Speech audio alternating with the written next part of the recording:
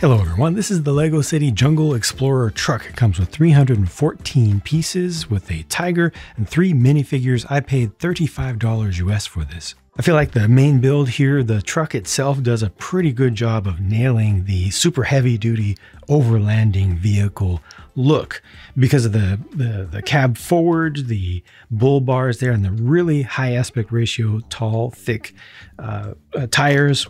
Although it's not actually that big of a vehicle. I mean, there are just regular Lego cars these days that are larger than that, but they made it feel nice and big without using up a ton of pieces. I appreciate that. So yeah, it's got the look and it's got the feel as well because there's a lot of ground clearance here, and with those really pretty soft rubber tires being the way that they are, you can actually drive this over bumpy terrain and it doesn't feel like it's bottoming out. Like, it feels like it's capable of going over it. Back here, plenty of space to carry some stuff. I mean, it's basically a pickup bed with a tailgate that comes down, but they didn't give you any major cargo to put in here. A couple little things, but no major cargo. Usually when they do something like this, they'll include a little crate with tools or something in it, but not this time, not in this set. However, these things on the sides that look like fuel tanks, they're made of the flattened top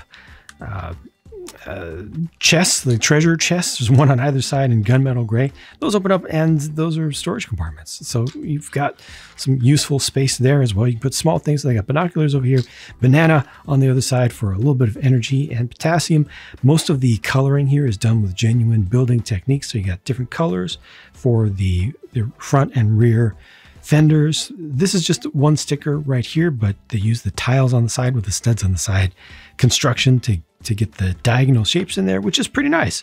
You know, this went together fairly smoothly and quickly and just really didn't feel like it had a lot of waste involved in it. I personally am not a big fan of the olive green colored stripe going through just in this series, but I'm happy to get more parts in that color. It's still relatively rare. This is a camera boom here, and the idea is that, you know, this is able to look around in different directions. Unfortunately, not able to turn left to right. That's definitely a bit of a miss there. Although you can always just bring it off to the side like this, and then, you know, yeah, it goes pretty much everywhere. So yeah, it's a camera rig truck, and looking at the inside, hey, you can clip things to this as well.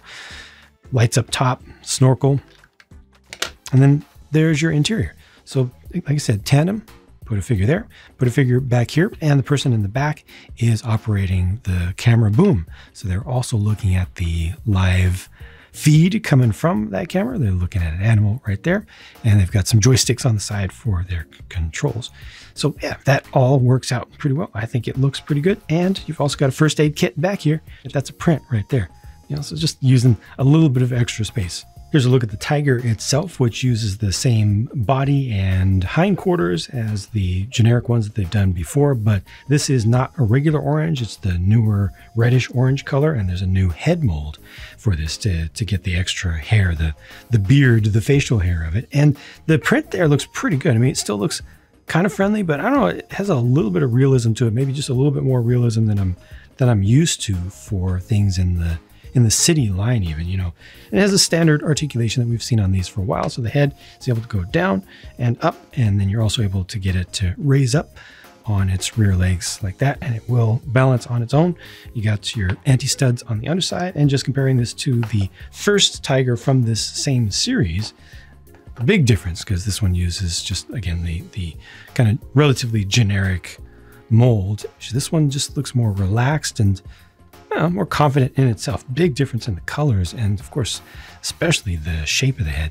The terrain build is supposed to be like the entrance to the Tiger's den, but it's not particularly deep. What is this? 6 studs and then just a couple more around the back. But you know, you can kind of just pose this here at the entrance.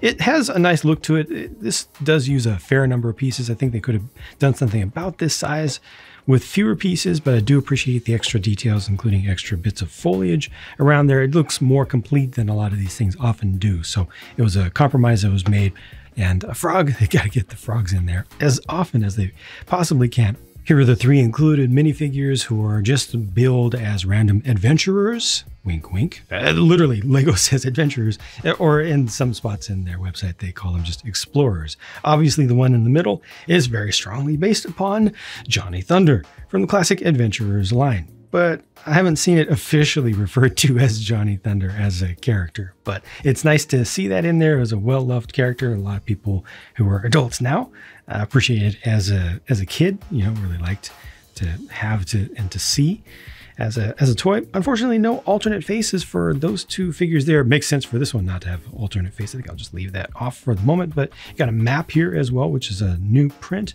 Print quality on all of these is pretty decent, I'd say.